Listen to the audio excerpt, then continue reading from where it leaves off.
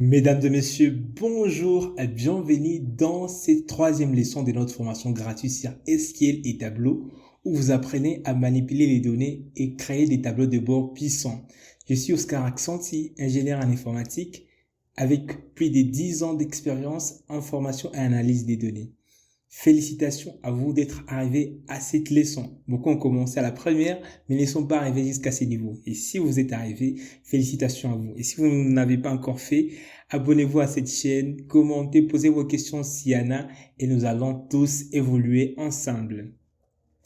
Comme vous le savez bien, nous sommes en train de travailler sur un cas pratique de Global Tech Solutions, qui est une entreprise spécialisée dans la gestion des talents à l'international. Et vous, en tant que data analyst, votre rôle est d'exploiter une base de données que je vous ai mis en description de cette vidéo qui contient des informations sur les employés de cette entreprise et qui sont répartis sur plusieurs pays afin de fournir des analyses précises à la direction.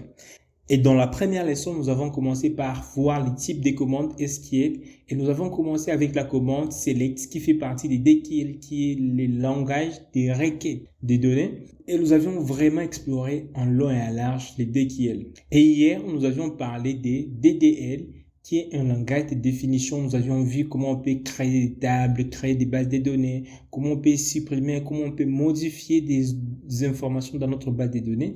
Mais aussi, nous avions vu le DML, qui est le Data Manipulation Language, un langage de manipulation de nos données. Nous avions vu comment nous pouvons insérer, nous pouvons supprimer, nous pouvons même faire de mise à jour dans nos données. Et aujourd'hui, nous allons parler des DCL, qui est les Data Control Language, et les TCL, les langages de contrôle des transactions. Voilà ce que nous allons faire aujourd'hui. Mais avant de continuer, je vous demande vraiment de pouvoir pratiquer tout ce que nous sommes en train de faire. Parce que pour que vous puissiez arriver à la maîtrise des SQL, vous devez vraiment pratiquer. Comme on le dit en anglais, practice makes perfect. Vous n'allez pas maîtriser SQL en suivant juste des formations, en suivant des tutoriels sur Internet ou en suivant des cours comme ça. Vous allez maîtriser en pratiquant ce que vous apprenez grâce aux ressources que nous mettons à votre disposition. Et dans cette formation, je vous suggère vraiment de pouvoir pratiquer avec ChatGPT. Vous pouvez venir sur chat.com, donc vous venez dans votre navigateur et vous tapez chat.com et ça va vous amener sur ChatGPT. Si vous n'avez pas un compte, ça va vous demander d'ouvrir un compte et vous pouvez commencer à poser vos questions ici, ok? Et je vous ai proposé un prompt que vous pouvez donner à ChatGPT et va vous aider à commencer à apprendre SQL. Voici donc les prompts que je vais donner à ChatGPT. Agis comme un expert et formateur en SQL. Ta tâche est de m'aider à apprendre, maîtriser et à m'exercer sur SQL. Je vais te donner une base de données de l'entreprise Global Tech Solutions et ta tâche est de me poser des questions sur cette base de données afin de tester mes connaissances et m'aider à progresser en SQL. Chaque fois, tu me poses une question et je te réponds. Si j'échoue, tu me donnes la correction et tu continues ainsi de suite. Les questions doivent être progressives, intelligentes et pratiques. Nous pouvons commencer avec les notions simples, puis intermédiaires, puis avancées, et c'est là progressivement. On pourra commencer avec select, from, where, les agrégations, etc. Et je vais lui donner la base des données. Donc, je vais copier juste les prompts ici. Je viens ici sur ChatGPT et je lui colle les prompts. Voilà. Les prompts est là. Je peux faire Shift-Entrée pour que je lui passe alors la base des données. Et je vais lui passer la base des données que nous utilisons depuis les débits. Ok, je vais retourner sur GitHub. Vous allez encore retrouver cette base des données sur GitHub en description de cette vidéo où vous pouvez venir juste ici sur Copy. Ok, vous pouvez sélectionner tous les codes, vous copiez. Je clique ici, c'est plus rapide. Je copie. Je viens sur ChatGPT et je lui colle la base des données. J'ai fait CTRL-V pour lui coller la base des données et j'ai fait Entrée. Je clique là et il me dit super, nous allons progresser ensemble sur SQL en utilisant cette base de données. On commence par des questions simples pour bien poser les bases. Voici la première question. Il me demande affiche toutes les colonnes et toutes les lignes de la base employée. Ok? Et il me dit à moi alors. Et là, je peux dire pour afficher toutes les lignes et les colonnes. Ça, c'est le plus basique. Je vais faire select all from employee. Donc, pour que je passe à la ligne, je fais Shift et Entrée pour passer à la ligne. Et je fais Entrée. Et voilà, il me dit, c'est parfait, c'est la bonne réponse. Et pour la deuxième question, il me demande, affiche les prénoms, les noms et les salaires des employés qui travaillent dans le département informatique. Instruction, utilise la clause where pour filtrer les employés par département. Si par exemple, je ne sais pas la réponse à cette question, je peux lui dire, je ne sais pas. Je fais Entrée et il va m'expliquer ce que je dois faire. Il me dit, je dois plutôt utiliser select, prénom, nom, salaire, from employé, where département égale informatique. OK? Et chaque fois, il me donne des explications, il m'explique comment tout marche convenablement. Et voilà comment vous pouvez progresser. Je peux lui demander, par exemple, encore une autre question. Il me demande, affiche le prénom et les salaires des employés ayant un salaire supérieur à 80 000. Je fais select prénom, nom et salaire, Shift et Entrée, from employé. Et on me dit, avec un salaire supérieur à 80 000. Where, salaire supérieur à 80 000. Et je vais ignorer cette partie, mais uniquement pour ceux qui travaillent dans le département informatique. Je ne vais pas mettre ça pour voir ce qu'il va dire, ce que je devrais faire. Je fais Entrée, je clique là. Il me dit, OK, très bien, tu as utilisé la fonction where, mais il te manque la condition pour spécifier les employés qui doivent également travailler dans les départements informatiques. Et il me dit comment ça doit se passer. Donc, je devrais faire select prénom, nom, salaire, from employé, where salaire supérieur à 80 000 and département égal informatique. Vous voyez, les amis, qu'avec ChatGPT, en utilisant les prompts que je vous ai montré ici, OK? Laisse-moi faire ceci et venir copier les codes ici. Copier et je l'ajoute dans le prompt ici. Donc, vous viendrez juste sélectionner tout ceci, CTRL A, copier, et vous allez venir donner à ChatGPT. Vous n'aurez pas encore à venir copier ces codes ici. Vous pouvez juste lui passer tout ce que je vous donne ici, ainsi que la base de données. Vous faites CTRL A, copier, vous donnez à ChatGPT, juste ici au début, et vous faites Entrée. Et il va commencer à vous poser des questions et vous allez progresser sur SQL. Si vous pensez que vous avez déjà des notions de base, vous savez déjà par exemple faire des queries database, vous savez déjà utiliser des jointures, vous pouvez toujours lui poser des questions sur cela. Vous pouvez lui demander par exemple, pose-moi des questions sur create, delete, insert, etc. OK? Et va vous poser des questions sur n'importe quel type de données que vous voulez. OK? Il me demande créer une nouvelle table nommée project qui contient les colonnes suivantes. Et là, je peux dire, je sais que pour créer une base de données, c'est create database. Et me dit, ça va s'appeler projet. Et si je fais Entrée, il va toujours me corriger, mais il me dit, je devrais plutôt faire create table, projects, etc., etc., etc. Donc, les amis, avec la ChatGPT, vous allez évoluer plus vite. Vous allez encore apprendre beaucoup de choses. Passez les temps à poser des questions, à interroger ChatGPT par rapport à la base de données et aux prompts que je vous ai donnés. Et j'espère bien que vous allez évoluer plus bien et plus rapidement. OK? Parce qu'au moins, lui, il connaît toutes les notions nécessaires qu'il faut apprendre sur SQL. Et avec déjà la base de données que vous l'avez passée, il peut vous poser des bonnes questions, des questions intéressantes qui vont vous aider à progresser.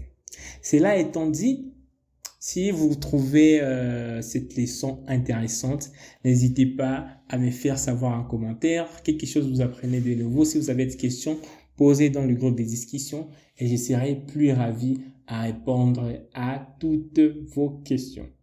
Et voilà donc. Aujourd'hui, nous allons apprendre quelques notions avancées sur SQL et nous allons parler des sous-requêtes, nous allons parler des expressions table commune, nous allons parler des transactions, nous allons parler des performances et voir comment encore on peut faire des analyses un peu poussées, des notions un peu poussées sur SQL. Et comme je vous avais dit toujours les amis, la pratique rend parfaite. Je vous ai montré l'outil ChatGPT. Continuez à poser des questions par rapport à tout ce que nous avions vu et par rapport à ce qu'on va voir encore aujourd'hui et vous allez évoluer. Et n'oubliez pas encore une chose, dans la description, je vous ai mis le formulaire pour cette troisième leçon, les quiz. Donc, si vous arrivez à la fin de cette leçon, faites des quiz pour pouvoir tester vos compétences et nous allons évoluer tous ensemble.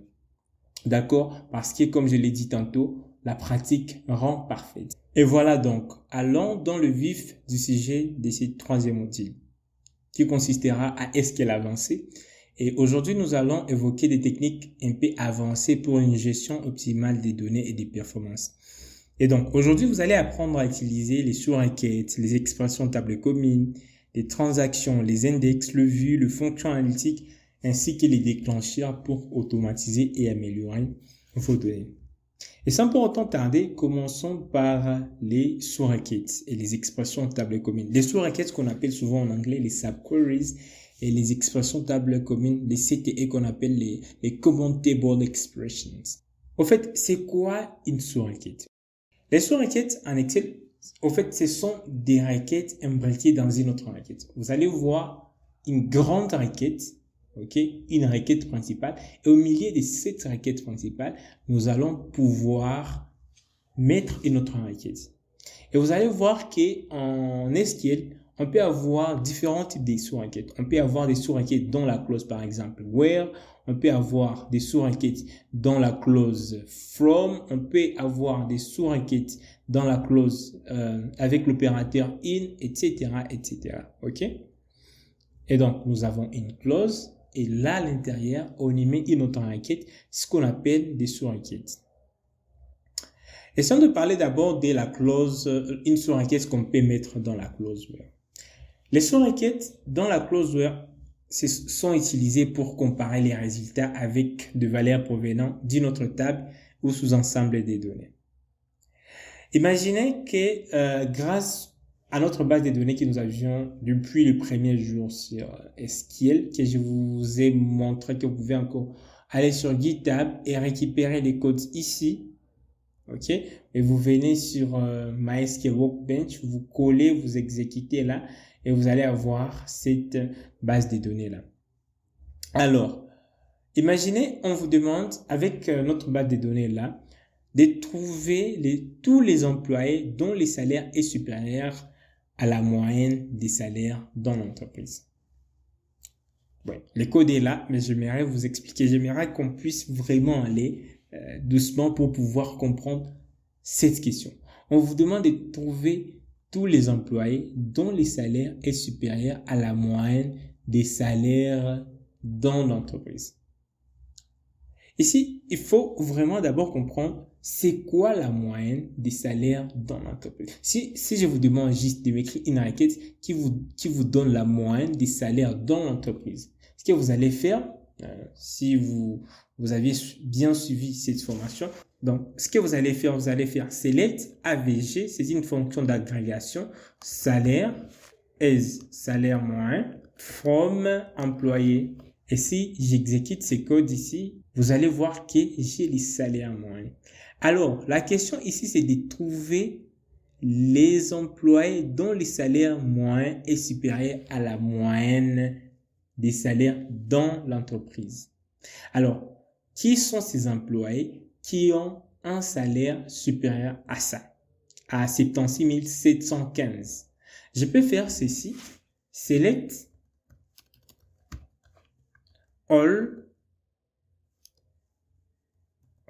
all from, je mets un point virgule ici, from employé,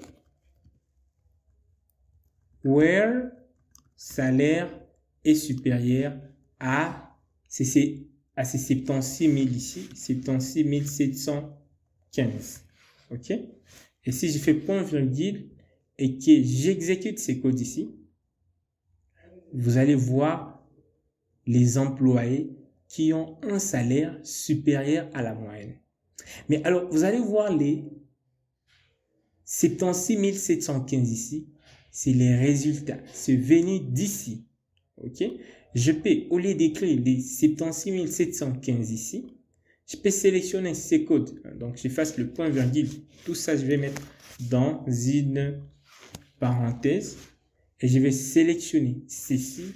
Je coupe et je les remplace par cette valeur qui a produit cela. Voilà. Et ça, je peux mettre sur une même ligne pour rendre les choses plus ou moins claires. OK? Donc, si j'exécute ces codes, vous allez voir que ça produit la même chose. Ça me renvoie les employés qui ont un salaire supérieur à la moyenne. Parce que ça, c'est ça ce qui est la moyenne. Et ça, c'est ce qu'on appelle une sous-requête. Donc, j'ai une requête, j'ai une requête dans une autre requête. C'est ce qu'on appelle des sous-requêtes. Comme je l'ai dit, on peut avoir une sous-requête dans la clause where, on peut avoir soit dans la clause select ou bien dans la clause from. Et voilà comment on peut utiliser des sous-requêtes. Voilà, c'est exactement les codes que je peux mettre ici. Donc, je peux copier ceci et que je le colle là. Et si j'exécute, on va avoir la même chose, sauf qu'ici que je n'ai pas tout sélectionné, j'ai mis le prénom, les noms et les salaires. Voilà. Alors, évoluons, on peut aussi avoir des sous-requêtes dans la clause from. Donc, si par exemple, on me demande d'obtenir les salaires moyens par département en utilisant une requête dans la clause from. Donc, commencez par réfléchir quel est les salaires par département. OK? Salaire moyen par département. Quelle est la moyenne des salaires pour chaque département? Si j'essaie de prendre ces codes ici, je colle et je mets là et que j'exécute, je vais vous expliquer ce que je fais. En fait, ici, je commence par sélectionner les départements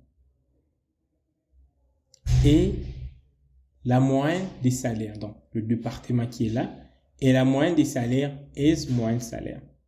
Mais à partir de quoi je vais sélectionner ça? Est-ce qu'à partir de la table employée? Non.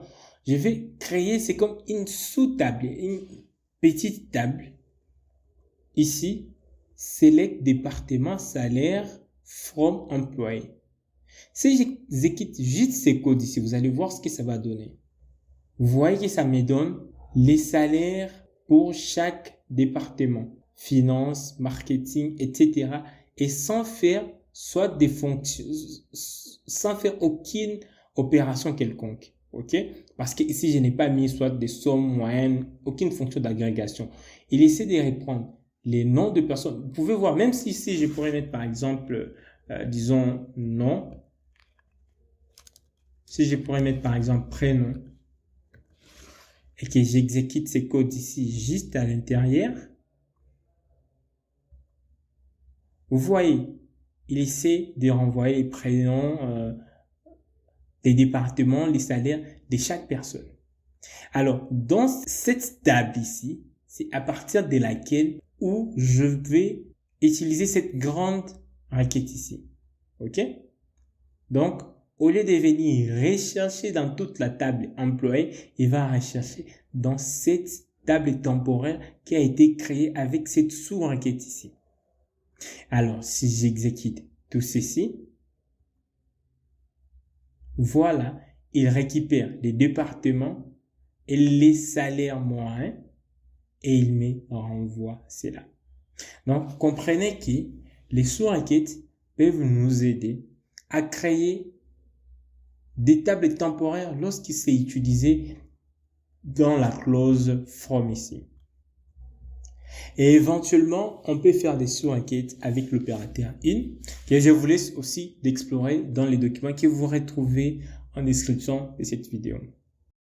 À présent, parlons des expressions des tables communes qu'on appelle en anglais les CTA, les Common Table Expressions. Et qu'est-ce que les CTA ou les Common Table Expressions? En fait, ce sont des expressions qui nous permettent de définir des sous-requêtes réutilisables dans une requête. Vous devez savoir qu'une Common Table Expression est définie avec la clause with. Ça, c'est très important. Elle peut être utilisée plusieurs fois dans la même requête et elle rend la requête plus lisible, surtout lorsqu'elle implique des calculs complexes ou des sous-requêtes imbriquées. Les Common-Table Expressions peuvent aussi être récursives, ce qui permet de traiter des relations hiérarchiques, par exemple des arbres de données. Ce que vous devez savoir, la structure, la syntaxe générale d'une CTA, d'une table Common-Table Expression, ressemble à ça. Nous allons commencer par with, ok? Et puis nous allons mettre les noms de la CTI. Et puis nous allons mettre is, ok? Et puis nous allons passer dans l'intérieur les instructions qui doivent être exécutées. Et par la suite, on peut continuer avec notre requête ici à côté. Et voilà. Pour être un peu plus explicite, essayons de répondre à cette question. On vous demande d'écrire une requête qui nous permet d'avoir ces résultats. Donc, nous voulons avoir les prénoms, les départements, les salaires moyens par département et les salaires individuels. Voilà.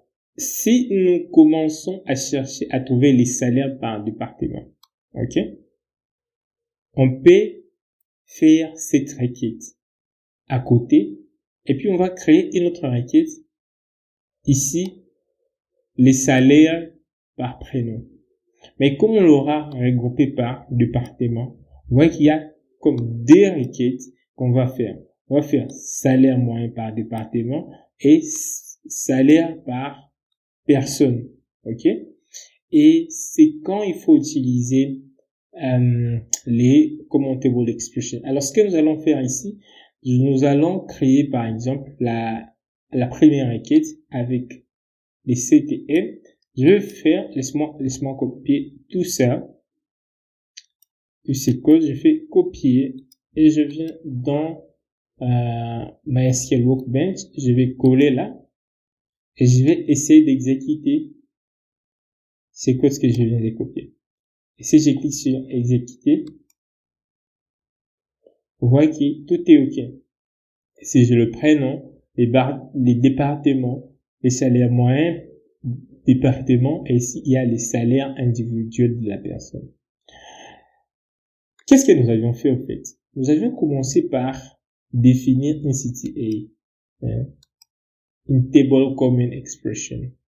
Je vais venir ici, je l'ai défini, j'ai dit, ça sera département et moyenne des salaires par département à partir de la table employé, on va grouper par département.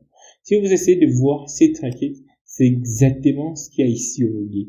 Département et salaire moyen. Alors, on a fait une jointure avec cette table aussi. Ok? Nous avons fait select. On prend au fait l'employé prénom, donc on a défini la table employé, on a mis un alias qui s'appelle E, employé prénom, employé département et SMD, salaire moyen département, comme salaire moyen. Et ici, on le définit, on lui donne l'alias salaire moyen. OK? Bien qu'il soit déjà ici, on va venir le mettre ici comme un alias. Comme ça, on aura plus facilement la possibilité de créer une jointure entre salaire moyen et SMD. Et là, on joint en utilisant les départements dans la feuille, dans la table employé, SMD dans la table département. Prenez le temps de comprendre ces codes Posez des questions dans le groupe de discussion si nécessaire et je serai plus ravi de vous expliquer comment on peut utiliser ces commentable expression. Et vous devez savoir, contrairement à requête, ça je peux l'appeler plusieurs fois. Comme je l'ai appelé ici, vous voyez il y a salaire moyen par département. Je l'ai appelé par exemple ici.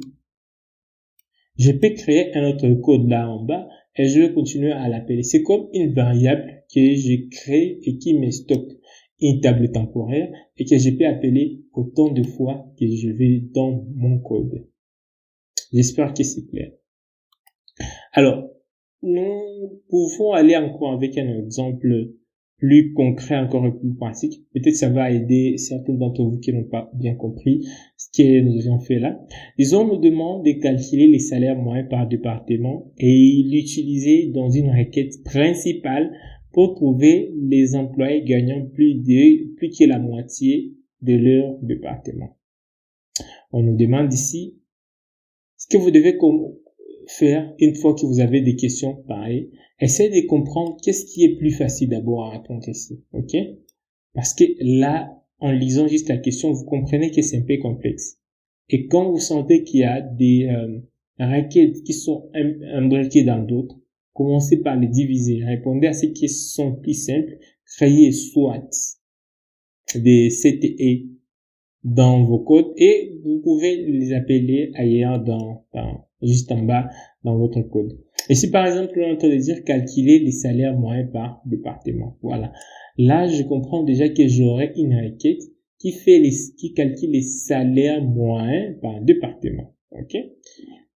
Et puis par la suite, elle est utilisée dans une autre requête principale pour trouver les employés gagnant plus que la moyenne de leur département. Employés gagnant plus que la moyenne de leur département. Là, je comprends. Il faut que je trouve les salaires moyens de chaque personne et les comparer avec la moyenne des départements. Voilà les deux requêtes que nous avons. Salaire moyen et comparer les employés gagnant plus que la moyenne de leur département. Et c'est ce que je vais faire ici. Je vais commencer par créer une commentable expression ici. Je vais faire département salaire moyen as tout ça. Ok? Laisse-moi encore copier. Question de vous expliquer directement avec les résultats. Je sélectionne tout ce qui est ici et j'exécute. Et vous voyez ce que ça donne. Je disais donc, on va sélectionner le département salaire moyen sera égal au département et salaire moyen is salaire moyen. À partir de la table employée, on groupe par département. Alors, on va faire un select classique directement sur la table employée qu'on donne un alias et on récupère le prénom, les noms, les salaires et à partir des départements salaire moyen, on va récupérer les départements. Comment on sait qu'ici il y a des départements? Parce que ici en bas on a pu créer, lorsqu'on a fait une jointure, on a défini que département salaire moyen veut dire et on les joint à partir de la table et la table employée. On la joint sur la table département. Donc, département est égal à la même chose que département D. Et alors là, on peut alors comparer que ce soit salaire moyen des employés doit être supérieur au salaire moyen de ce qui a été retourné ici. Et facilement, on peut avoir ça. OK? Nous avons le prénom qui est là, les noms qui est là, les salaires normal de la personne qui est là et les salaires comparés venus de cette clause qui est là. Voilà. J'espère qu'avec ces deux exemples, les commentable expression devient plus clair avec vous. Ce que vous devez retenir est que les commentable expression sont comme des sous-requêtes qu'on peut appeler après dans notre code autant qu'on veut, est question de rendre notre code plus lisible et plus facile à pouvoir produire nos résultats. Et il est toujours déclaré avec le mot-clé with. Alors, cela étant dit, passons aux transactions. Ici, ça sera un peu théorique. Laisse-moi grandir comme ça vous puissiez comprendre exactement c'est quoi les transactions.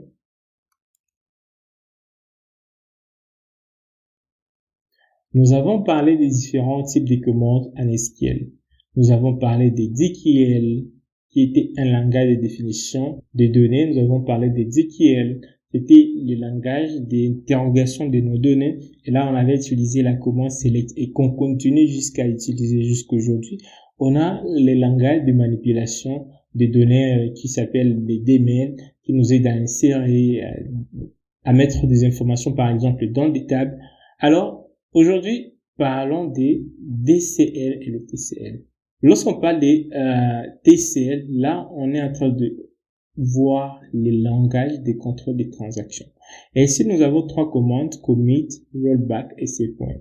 Et quand on parle des langages de contrôle des données, nous avons deux commandes ici, grant et revoke. Parlons maintenant des transactions en SQL. Ce que vous devez savoir, les transactions en SQL sont un mécanisme permettant de regrouper plusieurs opérations SQL en une seule unité logique de travail. Ok? Les transactions SQL souvent se basent sur les propriétés fondamentales connues sous l'acronyme ACID. Et qu'est-ce que veut dire ACID? Les A veut dire atomicité. Ok? Les C veut dire cohérence ou consistency en anglais. Les I veut dire isolation et les D veut dire durabilité. Lorsque je parle de l'atomicité, qu'est-ce que je vais signifier par là? En fait, c'est que la transaction est atomique. Ce qui signifie qu'elle est soit complètement exécutée, soit pas du tout. Ici, nous avons que deux cas. Soit une instruction est exécutée 100% ou carrément elle n'est pas exécutée. En fait, la cohérence veut dire que la base de données passe d'un état valide à un autre état valide. Et lorsque nous parlons d'isolation, c'est que les transactions concurrentes ne se perturbent pas. Et enfin, la durabilité est qu'une fois qu'une transaction est validée, ou bien on fera des commits, les modifications sont permanentes, même en cas de panne. Alors, comment ça se passe? Comment on démarre et contrôle une transaction?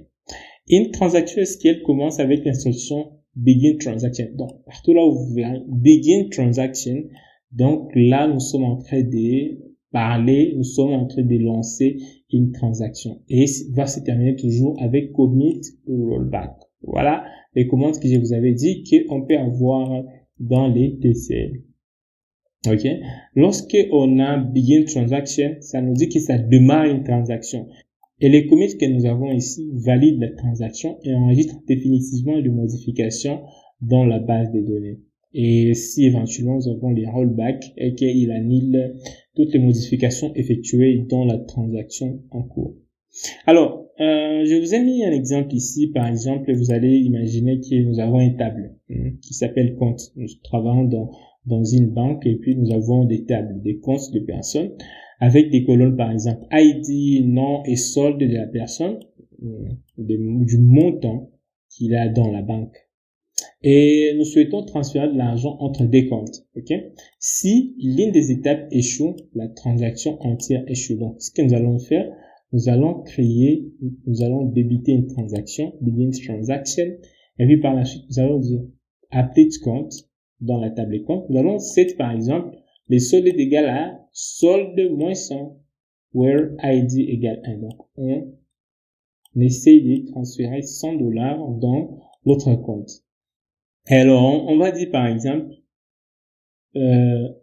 update compte, set solde plus 100, where ID égale 2. Donc, on soustrait ici dans ce compte et puis on va ajouter dans l'autre compte ici.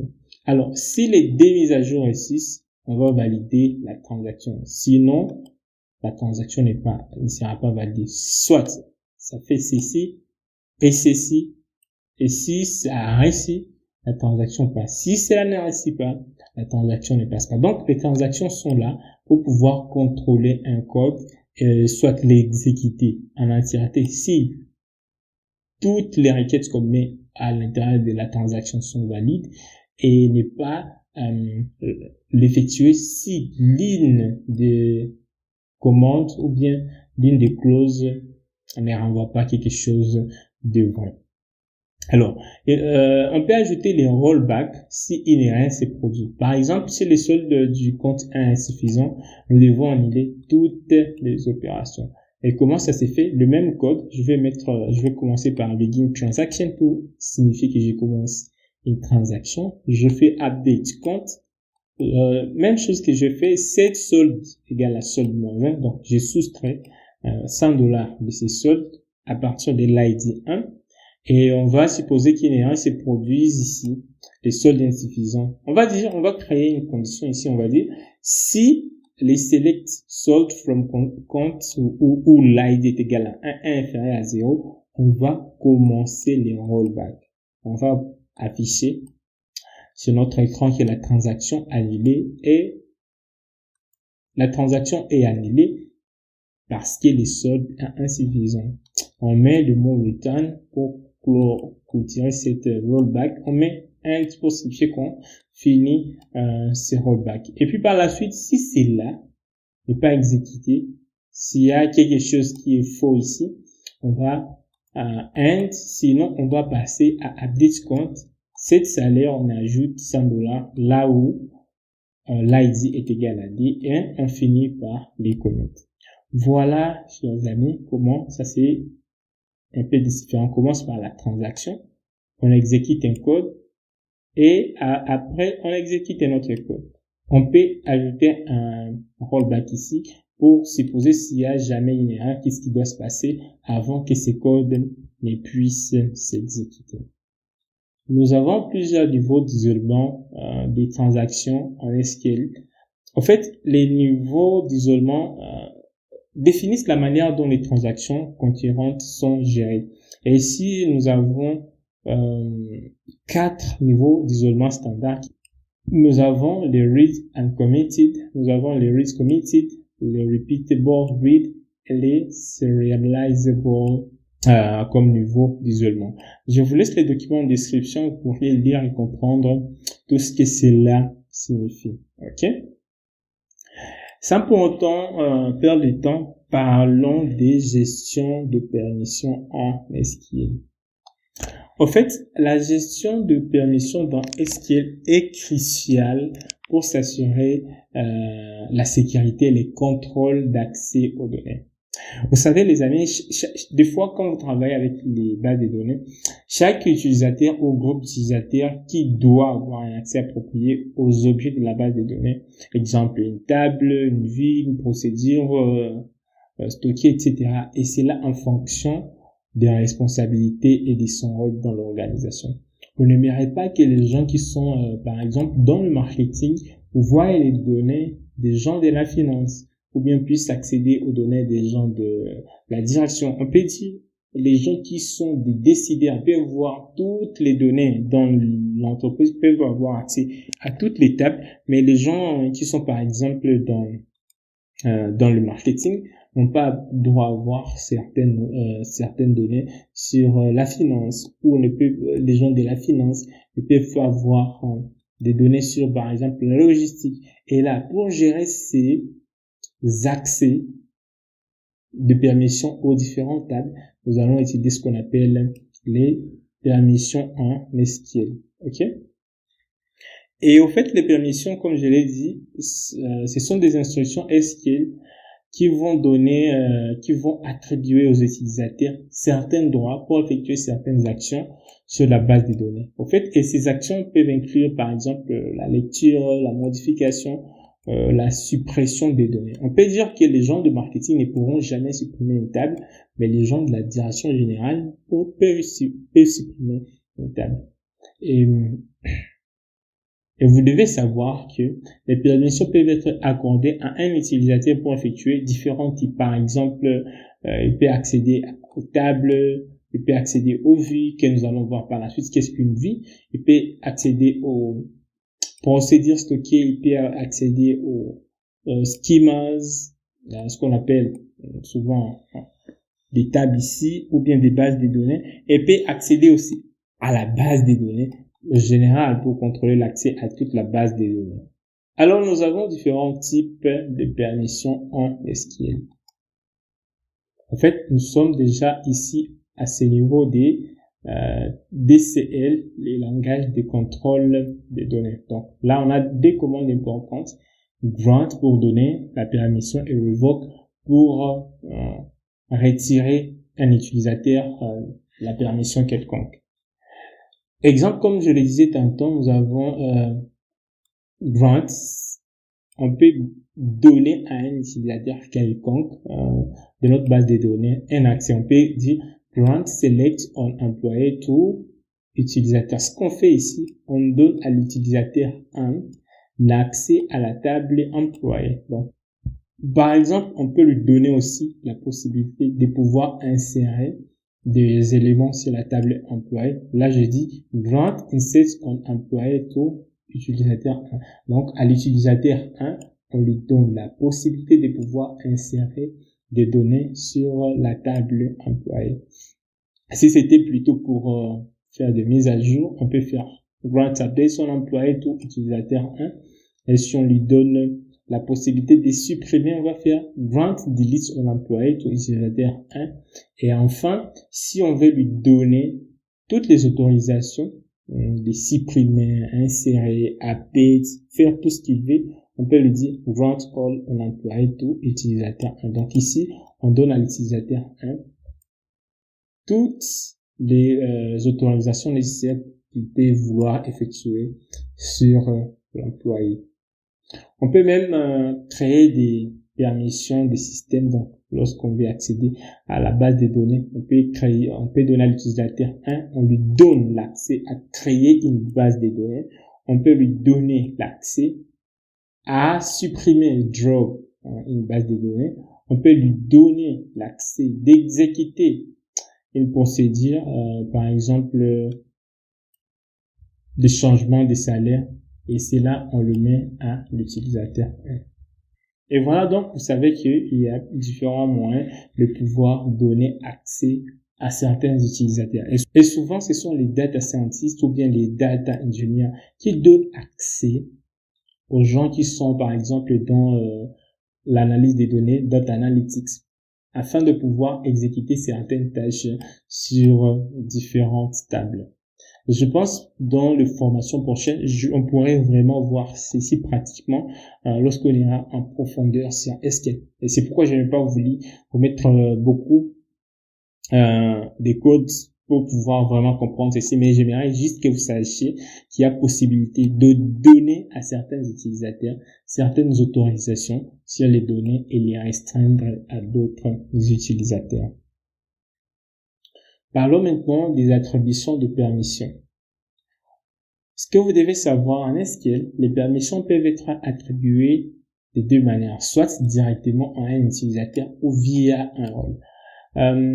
Lorsqu'on attribue directement les permissions à un utilisateur, on peut le faire avec la façon classique dont nous avions fait, grant, select, insert on employé, on lui donne la possibilité de faire ces deux opérations à l'utilisateur 1 ou via l'utilisation des rôles pour gérer les permissions. Alors, on doit commencer par créer un rôle. On va dire create role, on lui donne gestionnaire.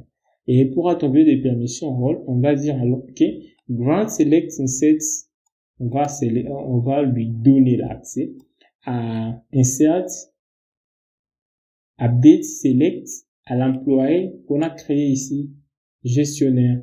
OK? On peut aussi dire, on va attribuer un rôle à un utilisateur. On va dire, OK, on va donner au gestionnaire la possibilité de pouvoir accéder à l'utilisateur 1. Et lorsqu'on veut révoquer des permissions, comme je vous ai montré tantôt, on peut utiliser la clause revoke. Donc, la revoke, c'est pour destituer quelqu'un de certaines permissions qu'on lui a données.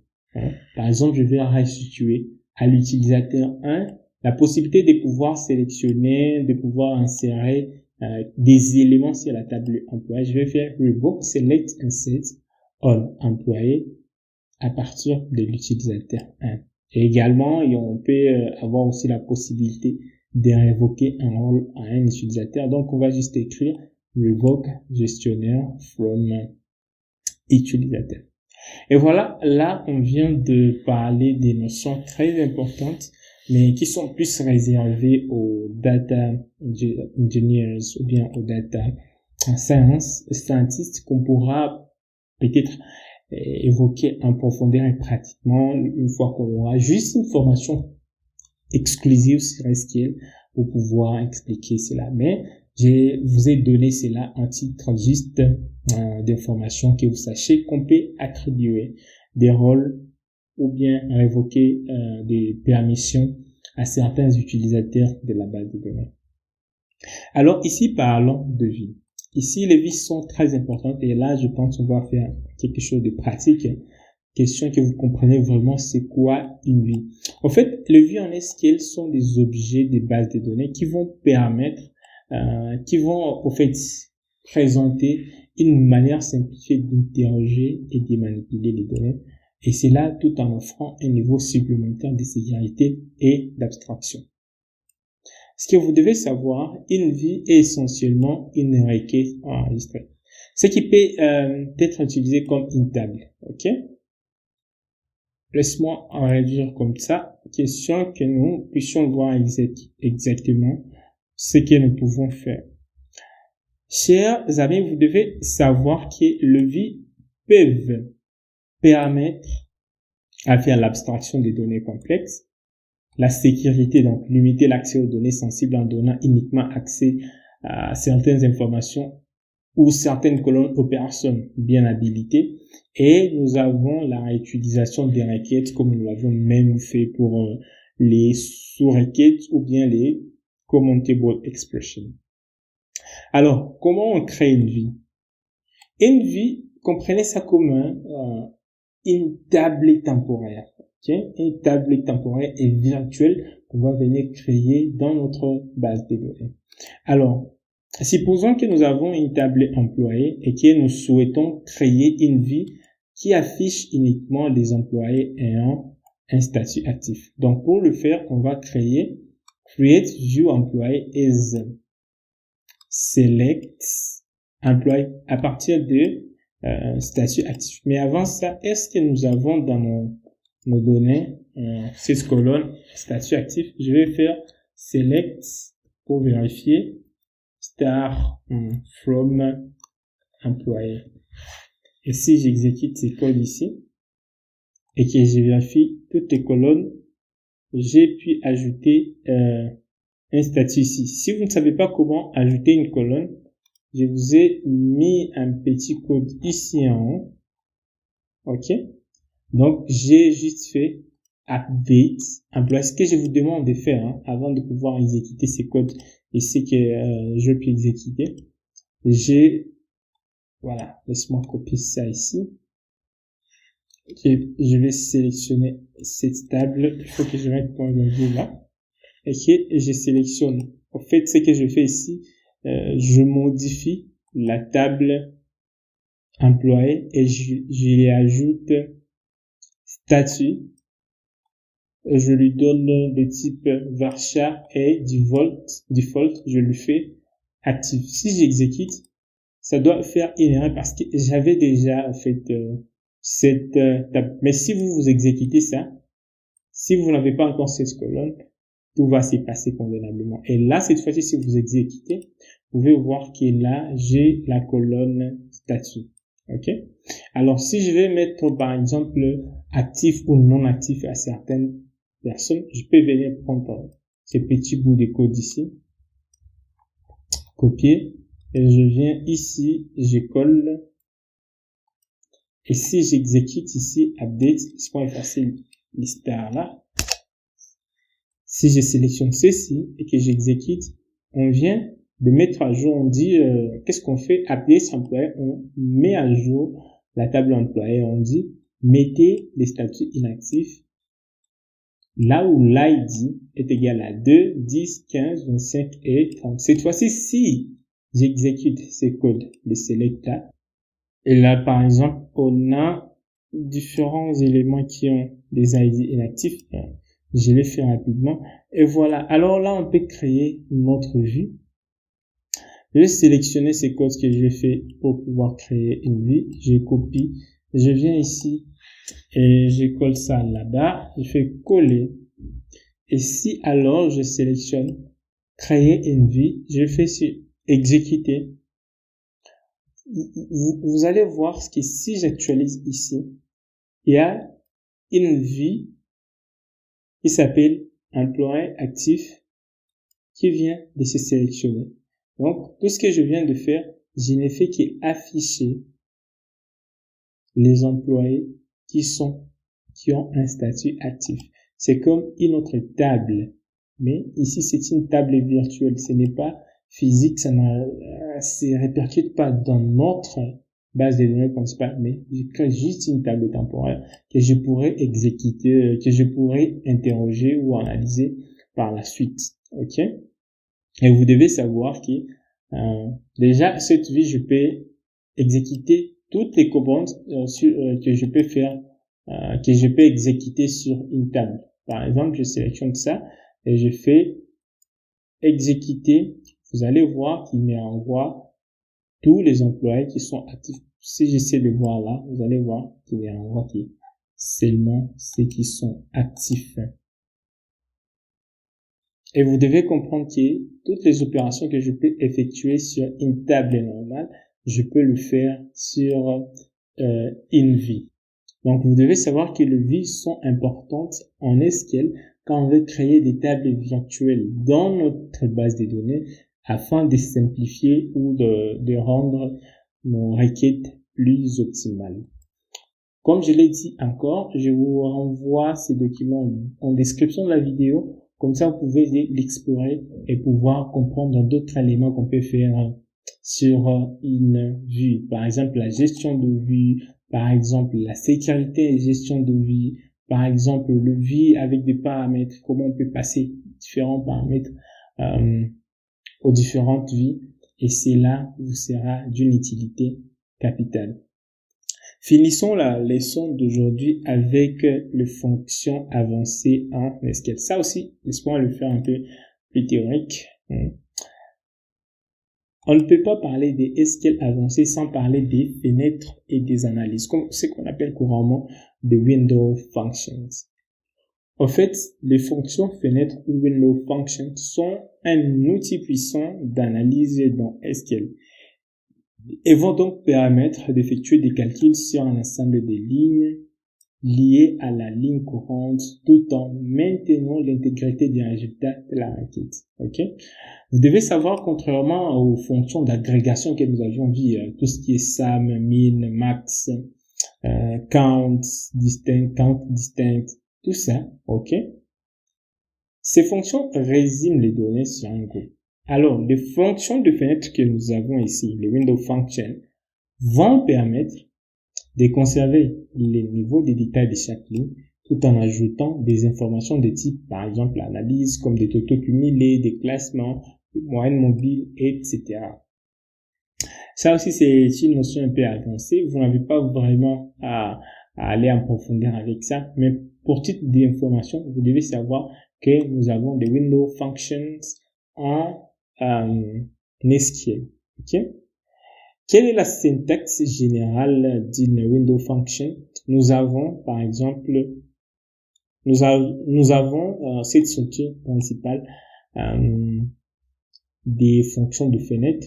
On va commencer par select, on sélectionne des données, et puis ici on va mettre la fonction fenêtre.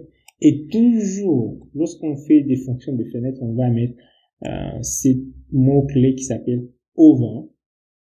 On définit la partition et on ordonne selon une condition quelconque. Juste un trait classique à partir d'une table quelconque. En fait, partition ici, qu'on met ici, ok, va nous aider à diviser la clause. Et cette clause partition qu'on met ici, ok, elle divise au fait les résultats en partitions. J'appellerais ça des groupes sur lesquels la fonction fenêtre sera appliquée. Et le ordered by ici, ok, va spécifier l'ordre des lignes dans chaque partition Et il est important pour des calculs comme de rang, de totaux cumulés, etc., etc. En fait, il y a plusieurs types de fonctions fenêtres. Nous avons par exemple le row number qui va nous aider à attribuer un numéro unique à chaque ligne dans une partition en fonction de l'ordre spécifique. Nous avons par exemple rank et dense rank, deux fonctions qui vont nous aider à attribuer également des rangs aux lignes dans une partition, mais elles génèrent des égalités de manière différente. Par exemple, pour rank, par exemple, si les lignes partagent le même rang, la ligne suivante recevra les rangs 3. Donc, on aura 1, 3, etc. Mais pour dense rank, si deux lignes partagent les mêmes rangs, la ligne suivante recevra les chiffres suivants. OK? Et je vous mets un exemple ici pour pouvoir voir ce que ça peut faire. On a par exemple la fonction until. Et là, on peut passer par exemple le nombre, disons 3, 4, 5, ce qu'on veut. Et ce qu'elle va faire, elle va diviser les résultats en nombre de groupes qu'on a mis ici, égaux et attribuer un numéro de groupe à chaque ligne. Laisse-moi exécuter ce code ici et vous montrer ce que ça fait. Si je colle là et que j'exécute ce code là, vous allez voir ce que je suis en train de dire. Si je fais select salaire, nom et salaire, et il met ici du quartile, ok? Vous allez voir qu'il y a 1, 2, 3, etc. Et c'est là,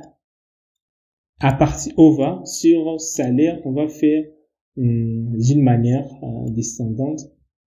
On définit ça sous forme de quartile. En fait, il divise nos informations en quatre quartiles. Ou bien je peux mettre par exemple 3. Si je fais 3 ici, qu'est-ce que ça fait? Il va diviser nos informations ici en 3. Ça ne sera plus des quartiles. Ça sera cette fois-ci de 3. Voilà. Et non 4.